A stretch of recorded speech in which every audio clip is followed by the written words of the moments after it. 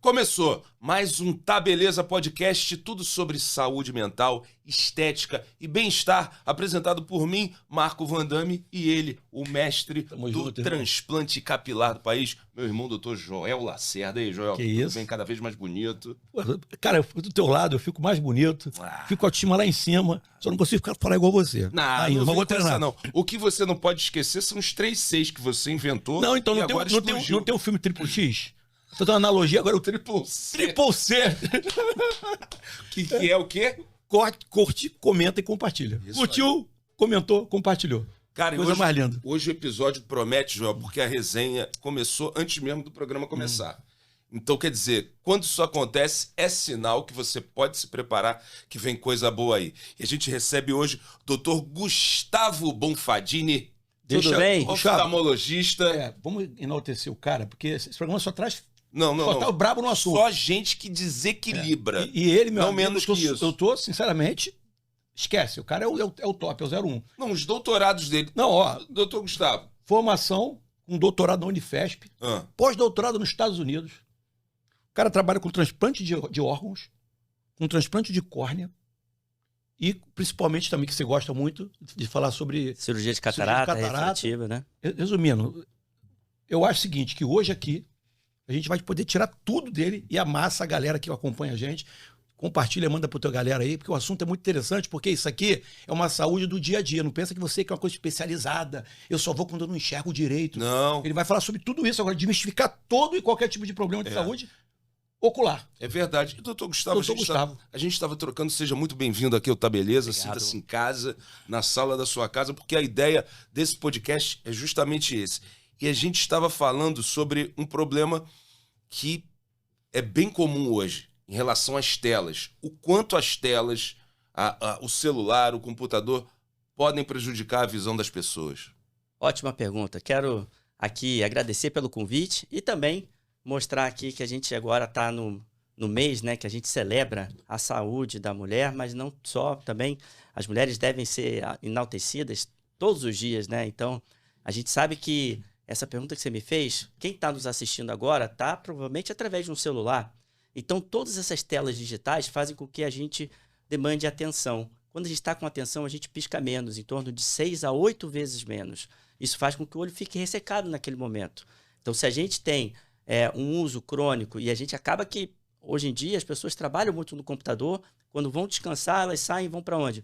Para o celular, ali almoçando, vendo o podcast e outras questões. Então, é importante que vá ao médico oftalmologista, porque a gente vai poder identificar se tem um olho seco ou não, e muitas vezes utilizar uma simples lágrima artificial já vai ajudar. Em outros casos, por exemplo, vamos falar das mulheres, a gente tem, após a menopausa, uma mudança hormonal importante, onde os hormônios estrógenos diminuem, fazendo com que essas mulheres sofram mais com a questão do olho seco.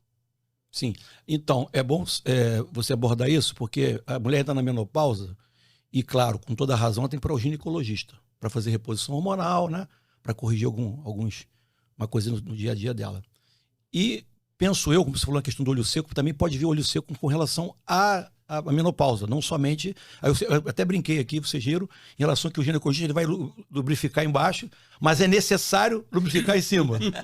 É necessário? Exato. Aí, ó. Nossa, parece o mordomo daquele programa do Ajuda Ribeiro. Eu falando besteira. Esse é o corte, não vai passar. Então. Vambora.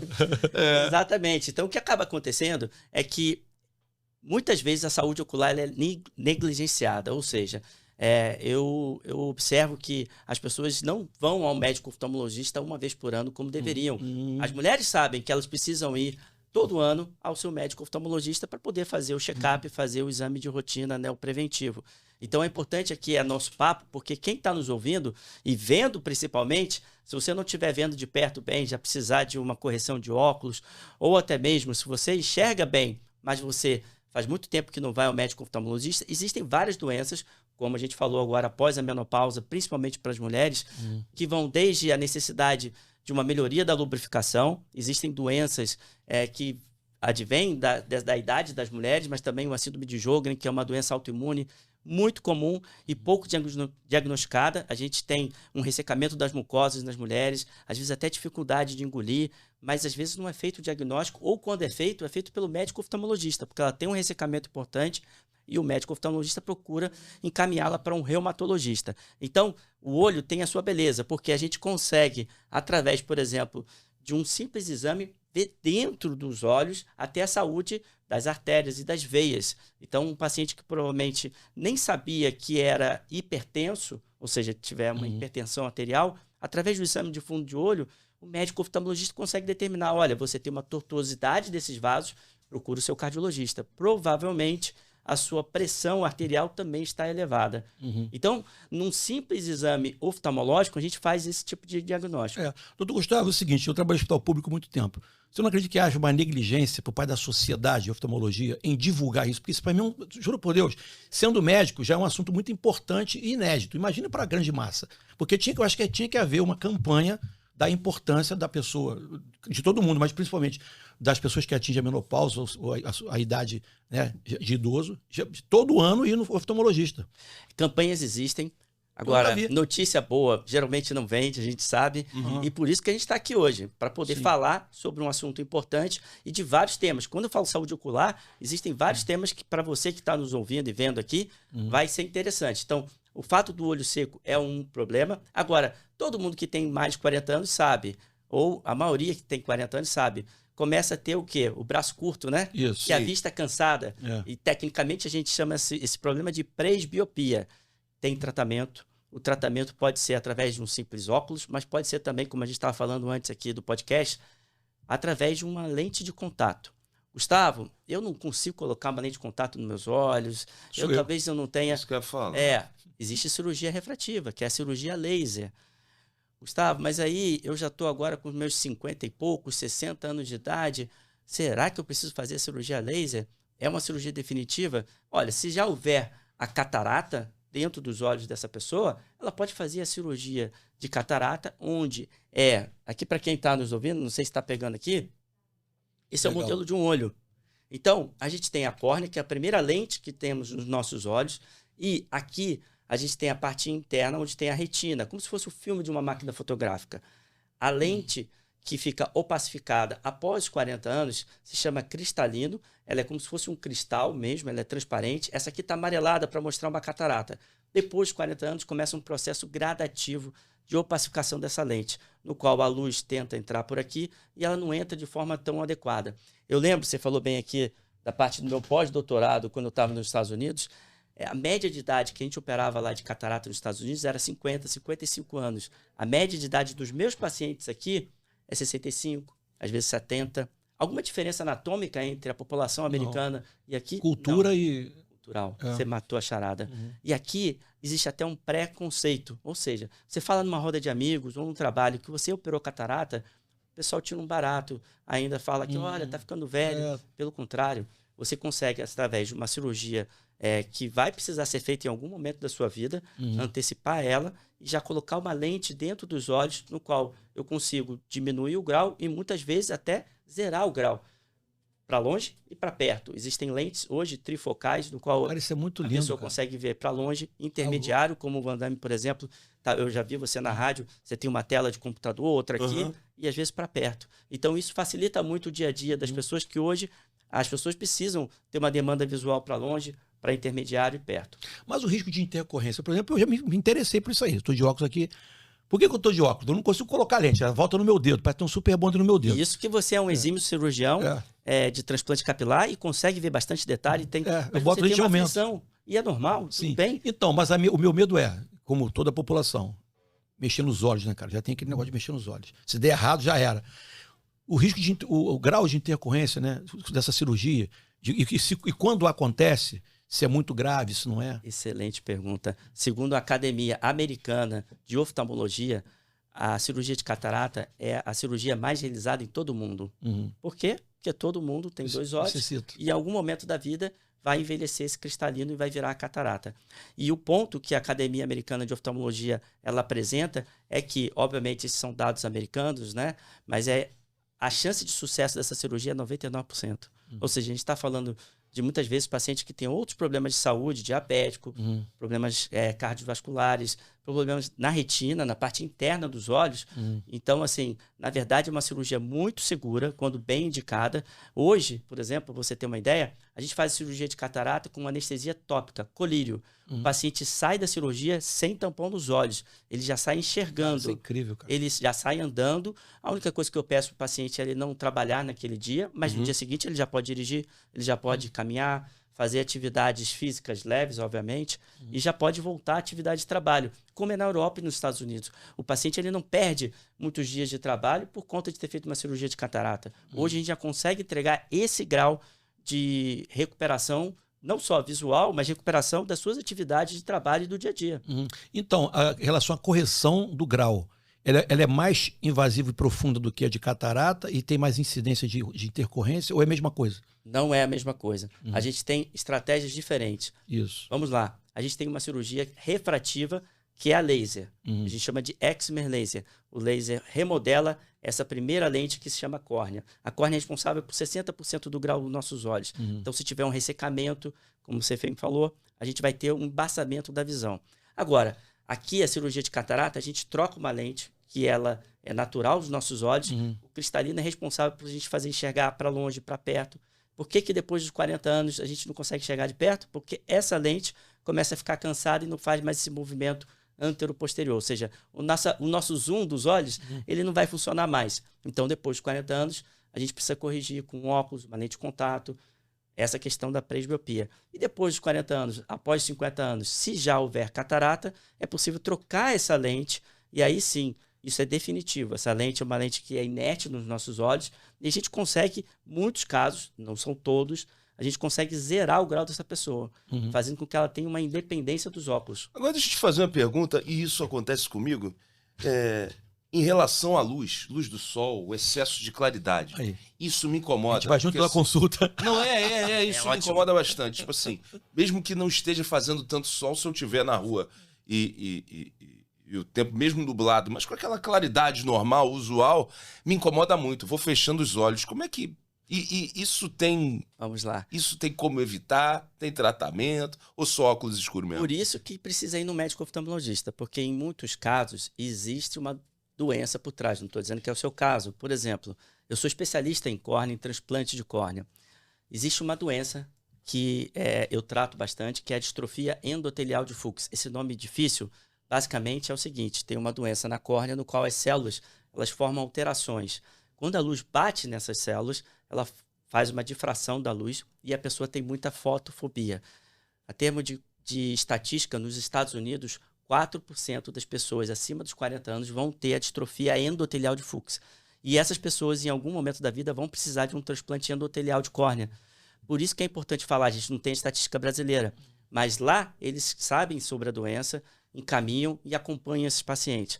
Mas vamos voltar para o teu caso, por exemplo. Você pode, às vezes, ter um pouquinho de grau residual que não está corrigido e ter essa fotofobia. Pode ter alguma inflamação dos olhos e ter uma fotofobia, que é a aversão à luz. Ou até mesmo, eu tenho fotofobia. Então, no meu carro, na minha mochila, na minha pasta, sempre tem um óculos de sol. A gente subiu, você estava de óculos de sol. Falou, pô, Gustavo, eu tenho olhos claros. E aí me incomoda um pouco. É normal. Pessoas que têm olhos claros vão ter um pouco mais de aversão à luz. Por quê? Porque não tem a melanina na íris, não tem aquela coloração na íris. Isso faz com que eles estejam mais suscetíveis a uma sensibilidade maior da luz. E às vezes não tem muito o que fazer. O que a gente pode fazer, por exemplo, você está usando óculos. Hoje a gente já tem proteção não só de luz ultravioleta nas lentes, né, de óculos, até lente de contato com proteção ultravioleta, mas também a gente tem já a proteção de luz azul. Então, vocês que ficam muito tempo em tela, procure falar com o seu médico oftalmologista sobre a proteção de luz azul para colocar nos seus óculos. Pô, sensacional, eu sabia. Eu vou marcar a consulta contigo depois. Vamos nessa mesmo? Já até falei com ele, que eu também tenho. Agora, o glaucoma, essa palavra gera um medo nas pessoas. A minha família, por parte de pai, acho que meu pai tinha, meus tios tinham também, tem uma tia que tem. Todo mundo tem glaucoma, inclusive eu faço o exame todo ano. Vou ao oftalmo para ver isso. É um nome que ainda assusta. Ainda é para tudo isso assustar tanto? Como prevenir, como tratar? É importante a gente falar que existem algumas doenças que vão gerar cegueira no mundo e no Brasil. Quando a gente fala de cegueira, a principal causa é a não utilização de óculos. Em segundo ponto, a catarata, mas é um problema reversível. Após a cirurgia, o paciente volta a enxergar, a melhorar. As doenças da córnea, como eu falei, distrofia endotelial de fluxo, o ceratocone, que é causado por coçar os olhos, traumas. Mas agora vem o outro problema que você falou bem, que é o glaucoma. É uma doença silenciosa. Não tem como a pessoa saber que a pressão está alta nos olhos, como, por exemplo, a pressão arterial. Porque quando a gente tem um aumento da pressão arterial, o indivíduo, por exemplo, você trabalhou muito tempo em emergência, ele vai parar numa emergência com dor de cabeça, aquela prostração. Não. Às vezes a pressão, geralmente, ela gira em torno de 10 milímetros de mercúrio até 20 milímetros de mercúrio. Tem paciente com 40, outro dia ele foi no consultório e não sentia nada. E se ele ficasse com aquela pressão por alguns meses, ele iria ficar cego. O grande problema do glaucoma é que ele não tem, depois que o paciente perde a visão, hoje na medicina atual, é como retornar aquela visão, através de nenhuma cirurgia. Então, através de um simples uso de colírios, a gente consegue baixar a pressão. Lembrando, o glaucoma não é só a pressão alta dos olhos, é uma neuropatia óptica. É uma doença no qual o nervo óptico, que é o nervo que leva a informação dos olhos para o cérebro, ele perde aquelas células. Então, o maior agressor que a gente sabe hoje para a pessoa desenvolver o glaucoma é a pressão alta dos olhos. Então fica aqui a dica. Se você está nos ouvindo e vendo aqui, agenda com o seu médico oftalmologista para saber como é que está a pressão dos olhos. Se ela estiver adequada, provavelmente você está em baixo risco, mesmo tendo uma história familiar positiva, de desenvolver a doença glaucoma. E de quanto em quanto tempo, assim, quem tem tendência a glaucoma com histórico familiar? De ano em ano, ou de 6 em 6 meses, ou de 3 em 3 meses? Ótimo. Vai depender do seu exame oftalmológico, porque existem outros critérios que a gente examina lá, do seu nervo óptico, do próprio OCT, que é uma tomografia de coerência óptica que a gente faz na nossa clínica, e a gente consegue documentar como que está a inervação. Hoje a medicina já está muito evoluída. Então, da mesma forma que a pessoa às vezes vai para fazer uma tomografia do corpo inteiro, a gente já consegue fazer uma tomografia da córnea, como você falou do seu filho, a gente já consegue fazer do nervo óptico e identificar as células. Ou seja, eu comparo um indivíduo que tem glaucoma com você, por exemplo, e aí eu consigo dizer, Arame, você está dentro da normalidade aqui, da média da população. Fica tranquilo, sua pressão está normal, nervo óptico está normal, outros critérios estão normais, então você só precisa vir 6 meses, uma vez por ano, mas vai variar muito do exame de cada paciente. Entendi. Deixa eu fazer um corte aqui para a gente poder, para a galera poder situar. Você tem como explicar de forma muito simples assim, né, para o leigo, a diferença entre hipermetropia, entre miopia, entre astigmatismo e ceratocone, essas coisas assim, só para... Excelente. O que é enxerga de perto, enxerga de longe? Como é que funciona isso? Vamos lá.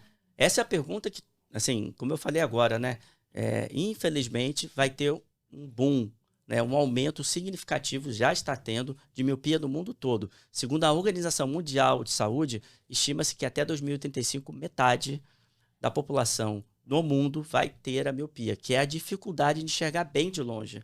Isso é um problema, porque a gente está falando de uma mudança de comportamento, principalmente dos nossos pequenos, das crianças e adolescentes. A gente sabe que o foco do olho ele muda quando a gente está enxergando de perto. Isso para o adulto não faz muita diferença. Talvez um pouco mais de cansaço visual. Por isso que muitos pacientes, quando vêm no consultório, falam, Gustavo, eu fiquei o dia todo no computador, no celular, e eu tenho cansaço no final do dia. Claro, a gente relaxa a musculatura dos olhos olhando para longe. Ele ficou o dia todo olhando para perto. Se ele não fizer intervalos a cada 1, 2 horas, fechar os olhos, olhar para uma janela, ele vai ter esse cansaço visual. Voltando à sua pergunta, a questão da miopia está aumentando é muito devido à mudança do foco. Então, as crianças estão ficando muito tempo em telas, celular, computador. Não tem problema nenhum com isso. A questão é não ficar muitas horas e deixar de fazer atividades ao ar livre. Então, na nossa época... não enxerga para longe, o corpo... Exatamente. Aí muda o foco não se ajusta. E essa criança tem a tendência maior a ter a miopia. Hipermetropia, dificuldade de enxergar, principalmente de perto, mas se a hipermetropia for acima de 2 dioptrias, 3, ele tem dificuldade de longe também. E o astigmatismo é a dificuldade, ou seja, aquele borramento, ele enxerga mal de perto e de longe. E só após a correção com óculos ou com uma lente de contato, ele consegue enxergar melhor. Agora, você falou do ceratocone. Essa é a minha área de atuação também, e eu acho que tão ruim quanto a doença é a falta de informação. Muitas pessoas que estão vendo aqui o seu podcast agora, eles não sabem que coçar os olhos vai fazer mal para os olhos e talvez até fazer o desenvolvimento do ceratocone, que é uma doença que hoje no Brasil é uma das principais causas de indicação de transplante de córnea. É triste ter que fazer transplante de córnea num paciente jovem de 20 anos de idade, porque ele coçou muito os olhos. Então, você que está nos ouvindo aqui, se você conhece alguém que coça os seus olhos, avise-o, vale para marcar uma consulta com um médico oftalmologista de confiança, porque coçar os olhos vai fazer com que você perca a visão e aumente o grau dos seus óculos. Ou seja, a dica aqui é, se você está vendo que a cada vez que você vai no médico oftalmologista está aumentando o grau, isso não é normal. Procure um especialista. Sim, essas doenças que você citou agora, elas podem ser tanto congênitas quanto adquiridas? Sim, a gente sabe que o grau do olho, ele pode já a criança nascer com aquilo. Isso é por isso que a gente sempre fala da importância da consulta com o médico oftalmologista desde a infância. A gente tem uma legislação que faz com que tenha o teste do olhinho, mas é apenas um fundo de olho. Após o nascimento, a gente sempre estimula os pais a levarem no médico oftalmologista, porque lá dá para identificar a necessidade de uso de óculos. Vamos lembrar, a criança ela não nasce com o olho totalmente pronto e desenvolvido. Externamente, sim, mas funcionalmente, se aquele olho tem uma miopia de 3 dioptrias e não enxerga direito até os 6 anos de idade, depois disso, passou o tempo. Ou seja, essa criança pode até querer fazer uma cirurgia, mas ele não foi estimulado a comunicação do olho com o cérebro naquele momento. Então, a gente tem o que a gente chama de ambliopia, que é o olho preguiçoso. Então, fica aqui a dica. Leve os seus filhos, né, ao médico oftalmologista. Recentemente, a gente teve, eu acho que eu posso falar aqui em público, porque é um jornalista, ele tornou público, o Thiago Leifert. Sim, eu ia comentar e ele sobre... teve os filhos, né, a filha, né, e está ajudando a fazer uma campanha muito bonita de conscientização. Por quê? Antigamente a gente tinha máquina fotográfica, tirava fotos dos nossos filhos. E o que acontecia é que de lá, quando está do escuro, né, e o flash, e você via o reflexo vermelho, que é aquela parte interna da retina, né? Hoje em dia a gente tira com o celular, não tem tanto flash. Mas então, através de tirar uma foto da filha dele, ele conseguiu ver que estava branco. Levou no médico oftalmologista e tinha um retinoblastoma, que é um tumor raro, muito raro, mas das crianças é o tumor mais comum nessa faixa etária. O grande problema é que não é um tumor só dos olhos, ele pode fazer metástase. O tratamento hoje já é muito moderno, através de quimioterapia local e intraarterial na artéria oftálmica. Só que qual que é o grande problema? A gente precisa fazer o diagnóstico precoce. Sim. Só que a gente só faz diagnóstico precoce, pessoal, se for todo ano ao médico oftalmologista. Se a gente achar que só vai no médico oftalmologista quando estiver ruim, como você falou no início do podcast, a pessoa muitas vezes perde a oportunidade de tratamento. E uma vez que você já diagnosticou, mas já tardiamente, qual é o tratamento? Tira o olho, bota... Não, no caso, para o retinoblastoma, existe tratamento quimioterápico e muitas vezes a visão vai ser comprometida, Sim. então ele vai manter... Mas o olho preserva, né? Preserva o olho, mas muitas vezes parte da visão vai ficar bem comprometida. Então, por isso que aqui é importante falar, né? Porque às vezes a gente sabe que quem está nos ouvindo talvez não vai ser a pessoa que vai receber a mensagem final, mas vai ser aquela pessoa que vai mandar para um conhecido, para um amigo, para um parente.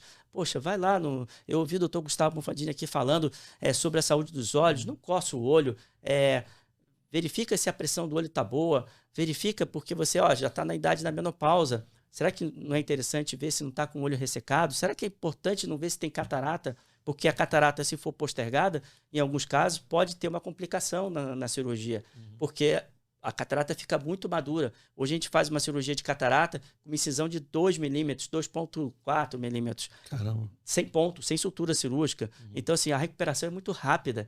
Então, para que postergar um problema que pode ser resolvido antes? E assim, a gente sabe o quanto é difícil com criança em casa, né? E eu tenho 2 crianças. Um adora ficar no computador. Que idade? Ele tem 11. E é complicado ele sair da frente do computador. Né? Só quando tem alguma outra coisa para fazer, tem que estudar. A minha filha fica mais à noite, mas ela até faz outras atividades. O dia a dia, a cultura de você motivar a criança a fazer outras coisas é um exercício diário. Mas assim, o que a gente pode fazer na prática para evitar que chegue a esse ponto? Por exemplo, eu sempre ouvi desde pequeno, não fica com a cara a minha mãe falava, na frente da televisão. Às vezes eu chego no quarto à noite, no final de semana, quando estou em casa... Fica com a cara na televisão. Na televisão. Assim, ó. Minha filha, não faz isso. Você achava normal no passado, agora tu faz um absurdo. Agora a gente vê que os nossos pais e os avós, eles tinham razão. Talvez inconscientemente, mas tinham razão. A gente sabe que existe uma radiação que é emitida. Hoje em dia, a radiação ultravioleta do sol mesmo, obviamente, a gente está falando de pessoas que não se protegem, não usam óculos de sol, ela pode estimular uma aceleração do envelhecimento cristalino, que é a catarata.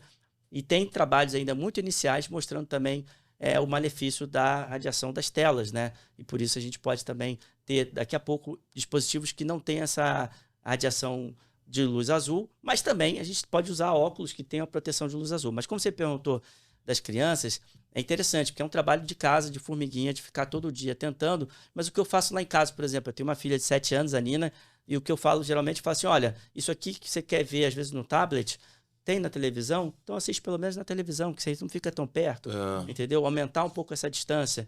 E, obviamente, eu sei que hoje em dia é difícil, mas estimular essas atividades ao ar livre. A gente estava falando disso agora há pouco, a gente mora estamos falando do Rio de Janeiro, mas para todo mundo do Brasil aí, do mundo que está nos ouvindo, é difícil, mudou muito a logística de você deixar a criança, às vezes, sair de casa, pela segurança, mas é importante pelo menos a gente ter essa consciência e eles entenderem que precisa de alguns breaks, né? A gente precisa que não fique 4, 5 horas. Eu tenho, às vezes, pacientes, hoje é uma nova área, pode-se considerar esporte, enfim, que ele é jogador de um time grande e jogador de videogame. E ele fica, tipo, 12 horas, ele já recebe salário. Sim. Só que por conta disso, ele não lubrifica os olhos, sente coceira, coça os olhos, desenvolveu o ceratocone. Eu tive que fazer uma cirurgia nele. E ele até assim, olha, eu tenho que falar com o meu treinador, porque eu vou ficar uns dias parado, tudo. Então, assim, para quem está nos ouvindo aí, se você tem crianças, jovens, ficam muitas horas no computador, no videogame, tente manejar isso aí e, ao mesmo tempo, leve no médico oftalmologista para saber se está tudo bem. Porque se estiver tudo bem, menos mal. Mas se tiver alguma alteração, a gente já consegue tratar precocemente. Sim. Outra coisa também, a saúde ocular, ela tem uma relação direta com a saúde mental? Total. Ótima pergunta. Eu tenho diversos pacientes no meu consultório que chegam apresentando depressão, apresentando um quadro de humor muito estressado, porque são pacientes, às vezes, que têm mais idade e perderam a sua autonomia. Então, os filhos ficam preocupados, dizendo que os pais estão com depressão, quando a gente vai ver, eles têm catarata. Tem um problema que, em alguns casos, é resolvível. Ou tem uma distrofia endotelial de Fuchs, como eu falei, e através de um transplante endotelial, que é um transplante de células da córnea, a gente consegue mudar não só a visão desses pacientes, mas mudar a qualidade de vida. 90%, Joel, do nosso relacionamento com o meio externo é através da visão. Então, se a gente entender que uma pessoa que sempre enxergou bem começa a não enxergar da mesma forma, isso vai mudar o humor dele e, em muitos casos, até desenvolver um certo quadro de depressão. Sim. E o interessante também é o desconforto, que até físico, por exemplo, deve dar dor nas pernas, não dá não? Dor de cabeça, dor no pescoço, tensão. Quer ver uma dica? E a pessoa fica preocupada com outras coisas. Você está com óculos. Esse teu óculos também te ajuda de perto, correto? Sim, perto e longe. Dependendo da regulação que o seu médico oftalmologista fez e da onde você trabalha muito com cirurgia de implante. Então, dependendo da posição que você está e como você tem que forçar o pescoço, muitos pacientes têm dor na cervical e aí dor de cabeça e enxaqueca. Eu já curei vários casos como esse, que o paciente veio com uma enxaqueca, com uma dor de cabeça. E, na verdade, era mudar o grau do óculos dele de perto. Então, ele não estava conseguindo enxergar bem de perto, ele ficava todo torto, desengonçado, e aí depois ele desenvolvia uma má postura que acabava desencadeando um problema na cervical e também um problema de enxaqueca, de dor de cabeça. Então, veja como enxergar bem vai atuar em vários ramos da saúde da pessoa. A falta do uso do óculos, a pessoa tem que usar o óculos e não usa, pode causar enxaqueca? Pode, mas assim, o problema maior é em crianças. Então, se a gente está falando de criança e tem um grau que precisa ser utilizado, ele precisa estimular aquele olho a enxergar bem.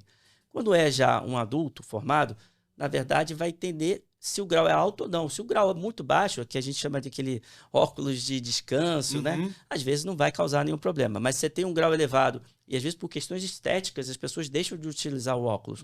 Mas elas às vezes não sabem que tem lente de contato. Hoje a gente tem lente de contato com proteção ultravioleta, lente de contato rígida, gelatinosa, lente de contato que você tem o descarte, às vezes, diário. Então, existe hoje no mercado uma gama de opções: óculos, lente de contato, cirurgia refrativa laser. Mais tarde, quando o paciente já tem mais de 55 anos, a gente tem a cirurgia de catarata. Então, não tem por que passar aperto e ficar com dor de cabeça por causa dos óculos. Vá ao médico oftalmologista. Ainda tem que usar, desculpa, doutor João, só pedindo, porque você falou das lentes de contato. As lentes de contato ainda hoje precisam ser tiradas na hora de dormir? Ótima pergunta. Eu faço transplante de córnea e o que eu falo para os meus pacientes é: lente de contato, vamos fazer uma comparação. É igual carro, dirigir um carro. Se a gente não segue aquelas regras básicas de segurança, colocar o cinto, não beber antes de dirigir, seguir as regras de trânsito, o que a gente vai provavelmente ter é um risco maior de acidentes. Exatamente como é a utilização de uma lente de contato. Seguindo todas as regras, cada lente tem um tempo de descarte, Tem lentes que vão descartar todo dia. Todo dia, doutor Gustavo, mas aí eu tenho que colocar a lente, tirar. Tem vantagens, porque você tem uma lente que é estéreo, ela tá limpa, ela é muito confortável. Isso permite que esse paciente consiga fazer, às vezes, uma atividade aquática, uma natação, e não tenha tanto risco de uma infecção. Agora, existem vários tipos de lente de contato.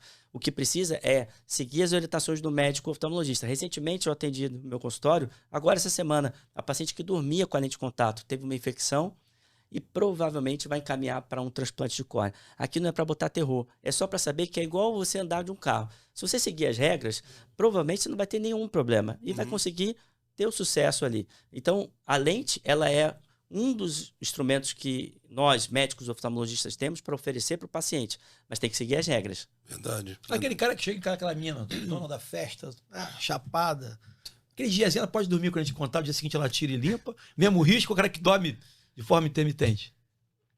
Eu vou ter que falar que tem que tirar, obviamente, mas se for um dia excepcional, não é isso que vai fazer um dano específico. Agora, o problema é o risco de uma infecção, isso que a gente bate na tecla, porque você aumenta...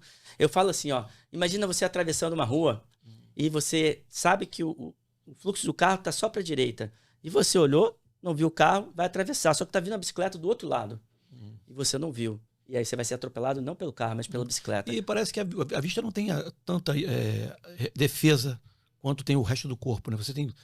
Não tem. Na verdade, tem. O olho é um órgão que ele tem um privilégio imunológico interessante. Tanto é que no transplante de córnea é o que tem os melhores resultados na medicina. A gente está falando aqui do transplante de córnea, por exemplo, que foi o primeiro transplante a ser realizado no mundo há mais de 100 anos. Hoje a gente tem técnicas de transplante no qual eu consigo trocar só a camada que está doente. Vamos lá, a córnea ela tem 0,5 milímetro, essa primeira lente que a gente tem nos nossos olhos.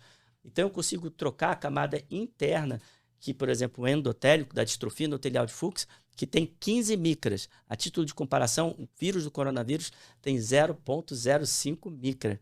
Então, eu acho que a minha cirurgia é um pouquinho... essas células são um pouquinho menores que os fios capilares, né? E a gente consegue fazer com que a recuperação... E trabalha como é que foi? Com robô? Não. Não, a parte de robótica ainda na oftalmologia não entrou dessa forma. Mas a gente tem, por exemplo, o aparelho que é o facoemulsificador, que aspira a catarata. E esse aparelho é muito moderno. Ele consegue, por exemplo, regular a pressão do olho do paciente durante a cirurgia de catarata.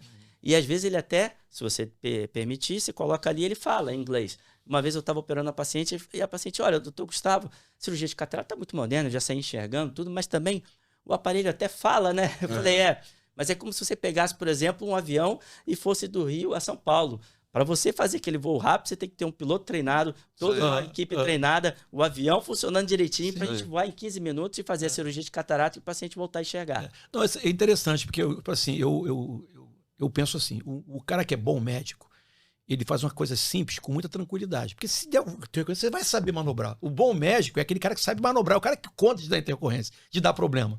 Você conta de não dar problema, mas se der, você resolve. E são as horas de voo, né? Você faz transplante capilar, então a gente sabe que assim, é óbvio que faz muita diferença a jornada que a gente tem. Eu tenho residentes também na minha clínica, médicos jovens que querem se formar em oftalmologia, e a gente vê aí essa geração às vezes olhando e falando, nossa, e talvez seja uma diferença de geração normal, tudo bem, mas ele já vem, a gente lá na frente, e às vezes não vê a jornada que a gente fez até chegar até lá. Mas é assim mesmo, eu acho que eu gosto muito de ensinar e gosto também desse processo aí, mostrar para o paciente todas as etapas, porque hoje parece que a cirurgia de catarata é muito simples, eu não gosto dessa palavra, eu gosto de dizer que é uma cirurgia segura quando bem indicada, mas fazendo o exemplo ali do avião, a gente para voar de Rio a São Paulo rapidinho, a gente precisa de tudo dê certo para poder a gente chegar lá e o paciente voltar a enxergar. Verdade. Agora, falando em segurança, né, a gente está falando sobre segurança, eu li, aliás, vi umas matérias, umas reportagens na televisão, acho que até você deu uma entrevista, se não me engano, sobre um tipo de procedimento estético que está acontecendo na Europa. Sim. Que é de pigmentação da córnea. Né? A ceratopigmentação. É mudar a cor da córnea. Cuidado. Pois é. Esse não é um tratamento que existe no Brasil. É um tratamento que é antigo, feito com o uso do laser esfente segundo, se tornou algo diferente. E agora, em poucos lugares no mundo, se fazem, mas é um tratamento teste. Por que não é adequado fazer essa cirurgia? Porque você implementa dentro da córnea tintura, uma pintura dentro da córnea. Existem relatos já publicados em revistas importantes de perfuração dos olhos, de glaucoma, de uverite, do paciente ficar cego por conta desse tipo de cirurgia de mudança de cor do olho. Então, segundo o Conselho Federal de Medicina e o Conselho Brasileiro de Oftalmologia, essa não é uma cirurgia que deve ser realizada. Agora, existem pacientes que são cegos, não tem mais como voltar a enxergar. E às vezes tem uma córnea, que é essa primeira lente dos olhos, branca. Então, nesses casos, pode ser administrada essa ceratopigmentação, porque aí a gente está falando de uma cirurgia apenas estética, para poder ele não se sentir tão desconfortável com aquele olho branco. Agora, para toda a população, existe, por exemplo, a lente de contato colorida. Sim. Fala com um médico oftalmologista que ele vai fornecer, aí você pode escolher uma cor dos olhos do Dr. Joel, uma cor dos seus olhos, e aí muda. O que me toca. Especialmente que o meu olho é bonito, né? Como modelo. Agora eu tirei onda. Deixa eu te falar aqui, tem lente de contato para 30 dias? Isso é mito? Existe, mas tem que tirar à noite, todo dia? Guardar na caixinha. Existe além de descarte diário. Eu não consigo nem colocar, mas eu vou tirar todo dia. Eu também. Você tem que ir para cirurgia se for possível. Não, eu teria que fazer cirurgia também. Porque eu não consigo. Assim, o dedo vai chegando perto do olho, já me dá nervoso. Vamos aconselhar o nosso amigo aqui a fazer um curso como colocar lente de contato, que eu vou ser o primeiro aluno. Eu falo para meus pacientes, eu falo, olha, isso tudo é rotina. O nosso cérebro, ele sempre vai evitar gastar energia. Então, tudo que é novo, às vezes a gente fica um pouco bloqueado. Vamos lembrar quando a gente aprendeu a dirigir, que todos nós aqui dirigimos, né? Na nossa época era carro manual, não tinha essa molezinha de ficar aqui. Sim. Então, a gente tinha que passar a marcha, embreagem, marcha, olhar para o retrovisor. Então, a gente ficava tudo preocupado. Hoje em dia, vamos lá, a gente sai com o carro, nem quando chega, você deve ter... O cara até avisa. Olha, vai bater do lado direito. Não, mas você não pensa mais para dirigir, porque virou uma rotina, o cérebro não investe mais. Então, no primeiro momento, eu falo para os pacientes lá no consultório, o paciente fica muito preocupado. Depois que a gente ensina a colocar, tirar, e ele entende que vai demandar algumas semanas até o cérebro dele não investir mais tempo naquilo, e aquilo virar uma rotina, acabou. Ele vai colocar a lente, quando ele vai ver, ele está tomando café da manhã e já botei minha lente de contato. Não, cara, eu conheço uma pessoa que ela bota dormindo e tira dormindo, deitada. Chega doidona, faz assim, ó, bota no pote, manda põe e levanta. Eu não consigo. Me dá um nervoso qualquer coisa que se aproxime. Inveja que eu tenho. Do meu olho, na hora de fazer o exame que chega com aquele... Né, justamente acho que é para ferir a pressão ocular, que vem aquela máquina ali. Vou te dar uma boa notícia, Vanessa. Me dá. Lá no consultório, a gente tem um aparelho muito moderno que se chama iCare 200. Então, com esse aparelho, a gente consegue... Não é o soprinho, que aquele sopro também é um pouco desconfortável. O paciente não sente nada. A minha filha Nina chegou, quando eu trouxe dos Estados Unidos, ela, papai, mede aqui, o que é isso aqui? Eu falei, para medir a pressão do olho. Então, assim, é um exame que é muito preciso, ele mede digitalmente, a gente consegue mostrar para o paciente como é que está a pressão. E outra forma, o paciente não fica com aquela ansiedade, ter que pingar o colírio, né? Aquele colírio laranjinha, amarelado, que mancha, a mulherada fica, borrou minha maquiagem, vim no oftalmo, ainda ganhei uma maquiagem aqui. Então... fica essa dica. Quando você for lá no consultório, a gente vai medir a pressão do seu olho e você vai falar assim, já mediu? Já. Hoje a gente tem tecnologia para poder fazer com que a experiência do paciente não seja tão assustadora lá no consultório. Vou fazer uma pergunta aqui. Tem um amigo meu. Tem um amigo meu que usa da fila todo dia. Vasodilatador. Isso interfere na pressão ocular? Boa pergunta. Existem alguns casos relatados na literatura de alterações vasculares. E às vezes até uma cegueira transitória ou permanente. É muito, muito raro. Vamos lembrar que essas medicações elas foram desenvolvidas, por acaso, por um médico americano no tratamento, né, de outros problemas. E aí foram vendo os pacientes que estavam tratando com essa medicação, falou, olha, como efeito colateral... Borracha forte. Fala pro teu amigo abrir o olho, hein? Seu amigo meu vai ter que... Abre o olho. Eu vou indicar esse cara, eu vou com ele. Pra poder... É melhor, vai com ele. Vai com ele. Então, falando sério agora, então, tipo assim, o paciente vai lá, geralmente... Ele vai geralmente no endocrinologista, fazer reposição hormonal, ou uma performance melhor, né? Para um desempenho físico lá, competição e tal. E geralmente está se usando muito para jovem, tá da fila dia, aquele 5 mg dia. Você acha que esse paciente necessita também procurar o aval do oftalmologista para poder usar ou não? É interessante, sabe por quê? Como eu falei, no exame de fundo de olho, a gente consegue ver informações que eu não preciso de nada, de ultrassom, de nenhuma imagem. Eu consigo ver dentro e tirar uma foto e mostrar como que tá os vasos daquele paciente. Se ele tem um aumento de tortuosidade dos vasos, ele tem uma doença, às vezes de uma hipertensão arterial. E às vezes ele nem sabe, porque ele não foi no cardiologista. Ele não aferiu a pressão. Infelizmente a gente sabe, às vezes a consulta com um clínico geral ou com o próprio endocrinologista, ele não vai aferir a pressão arterial. Não, e aí ele nem não vai sabe, saber que a pressão está elevada. Então, fica aqui a dica. Se você faz um acompanhamento, uma reposição desculpa, hormonal, ocular. sim, mas é importante, porque através do fundo de olho, eu não só consigo ver a pressão ocular, mas às vezes eu consigo determinar que o paciente já tenha, por exemplo, uma hipertensão arterial e avisá-lo, vai no cardiologista.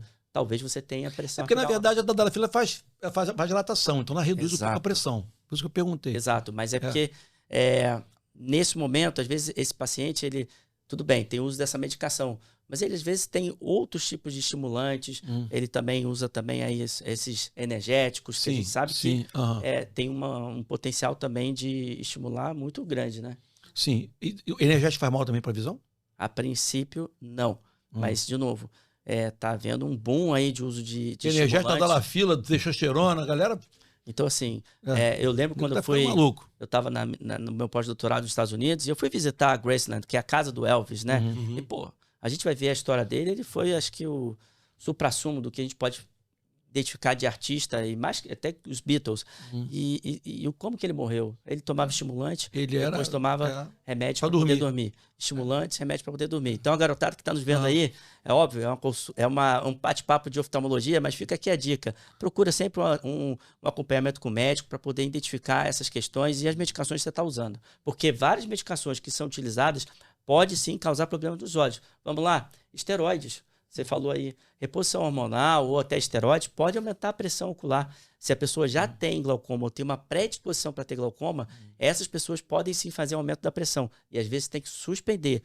É raro, mas pode acontecer. Então, além disso, esteroides e corticosteroides podem fazer o desenvolvimento de catarata. Agora que a gente teve esse problema aí da pandemia, então a gente sabe que, por exemplo, muitos pacientes utilizaram o corticoide, que é parte do tratamento, e desenvolveram uma catarata mais precoce. Eu tenho vários pacientes com 40, 45 anos que, por conta de ter tido zika, ter tido chikungunya, ter tido o Covid, eles tiveram que usar corticoides e desenvolveram catarata precocemente. Então, a questão é, se você utiliza medicações sistêmicas, pode sim ter influência na saúde dos olhos também. Agora, a gente falou sobre questão do sol, luminosidade.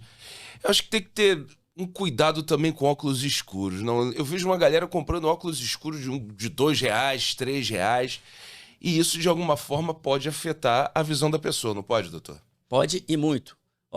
Óculos de sol que não for de qualidade, é melhor não usar. E eu vou explicar por quê. Porque quando a gente está, por exemplo, no escuro, lembra do gato? Que você vê no escuro aquele olho bem dilatado? Exatamente, é isso que acontece favorece com a entrada do UV se não houver proteção, né? Só que imagina, você está usando um óculos que ele é escuro, mas ele não tem a proteção ultravioleta. Caramba, ou seja, sua pupila vai dilatar, você não vai estar protegido. Imagina você pulando de paraquedas, se você não sabe se aquele paraquedas foi dobrado adequadamente ou não. É verdade. Então, assim, o mal não vai ser agora, mas vai ser em médio e longo prazo. A pessoa pode ter um pterígio, que é aquela carne esponjosa crescendo.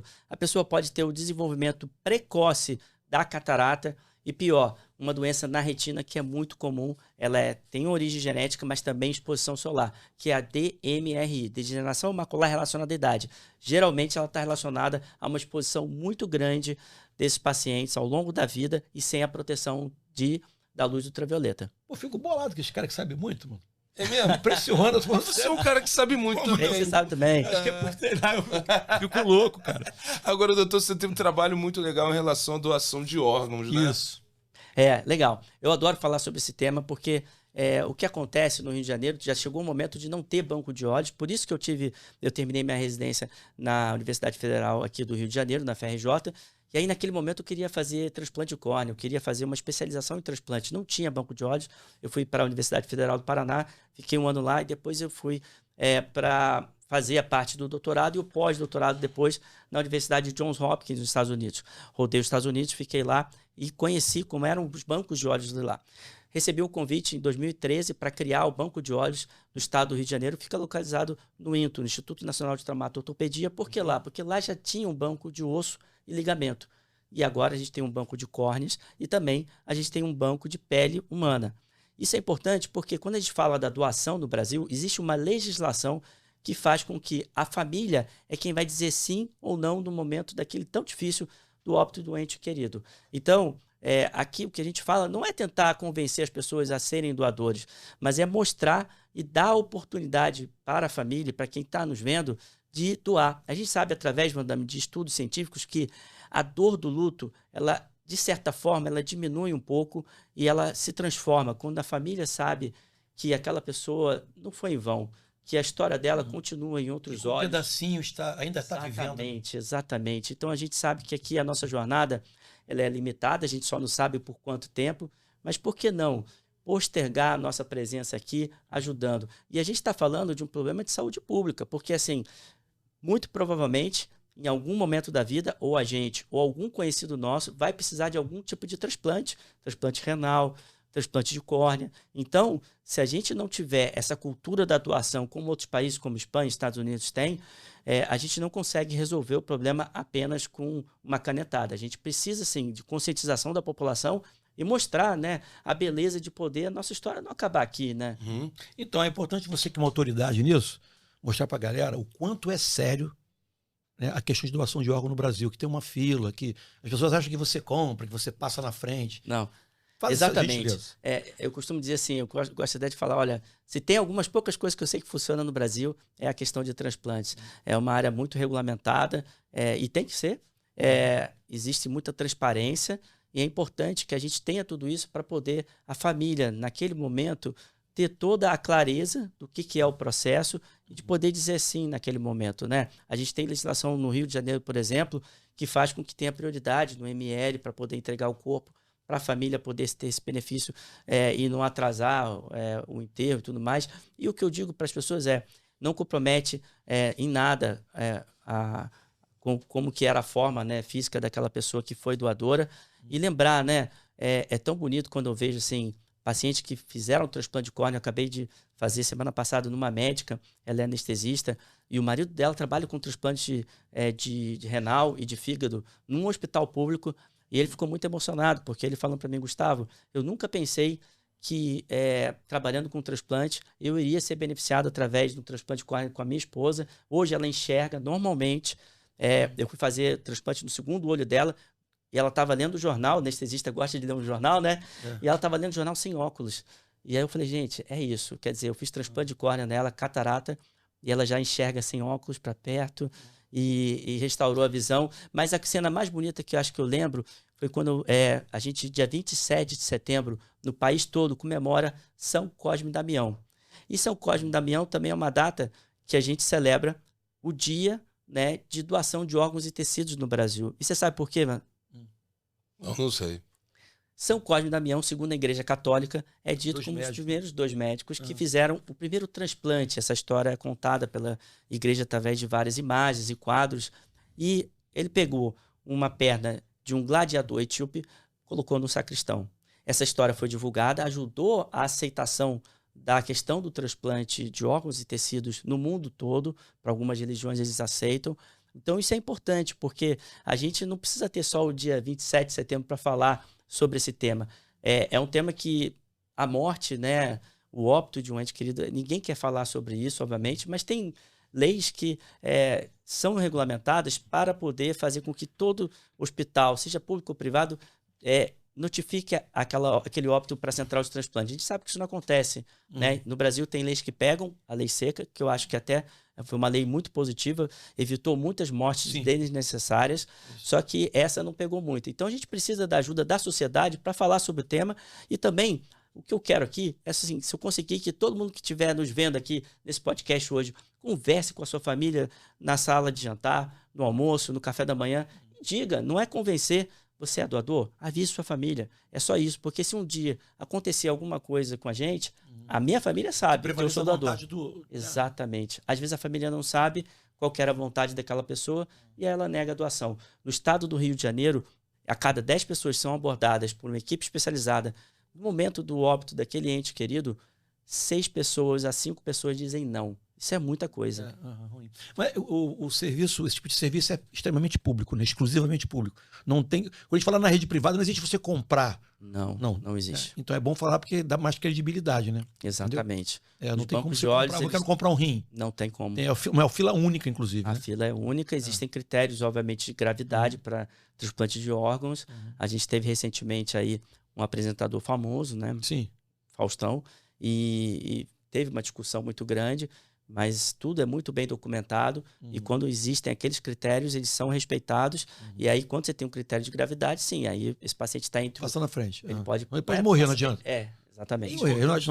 Importante lembrar também que essa fila anda, né? As pessoas têm muita impressão, porque não vai chegar a minha vez, o risco e tal. Ela anda, mas ela depende da sociedade. Isso. Ela depende que a gente... Quanto mais doar, mais ela anda. Exatamente. Porque não é algo que você pode, por exemplo, fazer um mutirão e vamos fazer mais cirurgias de transplante de fígado, de rim, de coração, de córneas. A gente precisa que a sociedade entenda que para o transplante como um todo funcionar, não tem outro jeito. É a gente conscientizar, falar em casa. Gente, eu não sou doador, e por quê? Eu já vi pacientes meus de transplante de córnea dizendo que nunca aceitariam doar, mas eles receberam transplante. Óbvio, mas eles, depois que recebem transplante, eles não podem ser doador. Mas como que pode a cabeça do ser humano? Às vezes muda. Então, eu sou um apaixonado pelo ser humano, eu acho que a gente consegue mudar cabeças e mentalidades com informação, que é isso que vocês estão fazendo aqui. Eu sempre uma notícia que eu não sabia, só para esclarecer. Uma vez que é beneficiado pela doação, ele não pode ser doador. Do mesmo órgão ou não pode ser de nenhum? Porque é mais critério de segurança, né? Para você evitar de qualquer possível transmissão de uma possível doença ser transmitida para frente. Mas assim, para você, por exemplo, receber um transplante de córnea, é feito sorologias de hepatite, de herpes, de toxoplasmose. HIV? Não, tudo, HIV. E aí, além disso, no Banco de Olhos aqui do Estado do Rio de Janeiro, a gente tem uma biossegurança, porque a normativa para banco de ossos ela é mais elevada, então eu tenho a mesma qualidade de ar que eu tenho, por exemplo, no laboratório de vacinas, lá dentro do banco de olhos. Então, assim, é um tecido muito seguro. A gente, há mais de 10 anos, nunca teve nenhum relato de uma infecção, por exemplo, de uma córnea vindo aqui do Banco de Olhos do Rio. Isso é muito gratificante, mostrar que não só o trabalho que a gente está fazendo está devolvendo a visão para as pessoas, mas com segurança. Isso é importante. Não, é bom frisar, Vandam, eu sempre falo para a população, né? Até porque para incentivar a doação, é que é criterioso, é multidisciplinar, tem psicólogo envolvido, se for o caso psiquiatra, não é isso? Tem o especialista, entendeu? Da área que vai coletar essas coisas todas. E, sobretudo, cara, se você ficar com essa... Ou você ficar com essa... pensando em não doar por questão religiosa, não tem também questão religiosa? São vários motivos. Na verdade, eu acho que o que faz mais a família negar é não saber qual era a vontade daquela pessoa, né? Então, por isso que é importante conversar em casa. Porque às vezes a família fala, olha, eu não sei se ele queria ou não, então é melhor não. Aí a gente tem que respeitar. A intenção nunca é convencer a família, é sempre ofertar a possibilidade e a oportunidade da doação. Agora, o mês de março é um mês diferente, né? É um mês lindo. Aliás, hoje é meu aniversário, eu faço... Parabéns, Vitor. Tudo de bom, felicidade, só prosperidade na vida. Eu tô tendo aqui um presente, na verdade, né? Que participar bom. do podcast com vocês dois. Presente Duas nosso. feras da comunicação e da medicina aqui no Tá Beleza. Então, é importante, assim, a gente tá aqui presente, falar desse mês, que é o mês das mulheres, e falar da saúde ocular das mulheres. Então, existem vários problemas, como a gente falou no início, olho seco, catarata, a gente tem a questão da visão do braço curto, que é a presbiopia, a gente consegue melhorar. Então, são várias doenças que podem advir. Agora, a boa notícia que eu tenho aqui, muito da tua área também, doutor Joel, é o seguinte. Semana passada, o Sistema Único de Saúde, ele autorizou e vai começar a fornecer a reposição hormonal para as mulheres, né? Legal. Estima-se que no Brasil tem mais de 30 milhões de mulheres no climatério, na menopausa. Então, ter essa possibilidade no SUS oferecida a reposição hormonal, quando bem indicada, obviamente, tem casos que não tem indicação, porque tem um risco alto de câncer de mama, às vezes de ovário, de endométrio, mas quando bem indicada, melhora muito a qualidade de vida dessas mulheres, não só na questão como um todo, mas também na saúde ocular. Muito bom. Pô, o doutor Gustavo deu uma aula aqui pra gente hoje. Isso é importante falar. Por quê? deu uma aula pra gente, mas essa aula pode ser para todo mundo. É só acessar lá o Tá Beleza Podcast. Por quê? Você, juro por Deus, cara, isso aqui é tanta informação de qualidade que você não encontra. E, às vezes, nem entrando na internet, o pessoal gosta muito de lacrar, né? Então, você que está afim de uma informação séria, de qualidade científica, acompanha o Tá Beleza Podcast, porque hoje em dia, infelizmente, está na era da lacração. O pessoal fala o que quer, sem a menor responsabilidade. E aqui, o nosso lema, aqui o quê? É levar informação com responsabilidade. Isso é importante. E outra coisa também fundamental, né? A gente sabe que qualquer probleminha e tal, a gente vai no Google e procura a palavra lá, ou então uma doença. Eu não faço mais isso. Então é melhor você assistir o Tá Beleza Podcast, que você tem uma informação com base, porque o Google te mata. Tipo, tô com coceira aqui na testa. Você vai, rapaz, coceira na testa. O Google nem morreu em 3 dias. Os piores são os influencers. Nossa senhora, eles falam o que querem. Doutor Gustavo Bonfadini, muito obrigado pela sua participação aqui no Tá Beleza. Mais uma vez, parabéns pelo seu aniversário. Parabéns pelo seu trabalho espetacular. E assim, Tá Beleza Podcast sempre de portas abertas. Quando quiser, a casa é sua. Pode deixar o seu recado, redes sociais, projetos, o que você quiser falar. Vamos lá. Então, na verdade, eu vou deixar aqui o Instagram. Vai estar aí na tela. É Gustavo Bonfadini. E para quem quiser seguir para mais informações sobre a saúde ocular, tem também o meu site, www.gustavobonfadini.com.br. E a dica aqui é o seguinte, fazendo um resumo, procure um médico oftalmologista pelo menos uma vez por ano. Isso vai ajudar muito a você ter uma boa saúde, não só a visão, mas também a saúde como um todo. Então, se você está vendo aqui o Tá Beleza Podcast e também aqui você segue aqui esses feras, que é o Dr. Joel e aqui o Van Damme, curte, compartilha e comenta. Tirou onda, deu aulas, hashtag aulas aqui do Tá Beleza. É verdade. E não deixa de curtir o vídeo, tá? Porque aí outros vão aparecer aí pra você no seu trilho do YouTube e você vai ficar informado sobre tudo no mundo da estética, do bem-estar e da saúde mental. Não é isso, doutor Joel? Não, manda o curte, comenta e compartilha. E você pode, inclusive, falar de pauta. Que a gente exatamente. Pode falar com você. Já comenta aí, dando a sugestão de pauta, o tipo de entrevistado que você quer, o assunto. A gente vai te atender sempre que puder. Até a próxima, tá beleza, doutor Gustavo? Grande abraço, pessoal.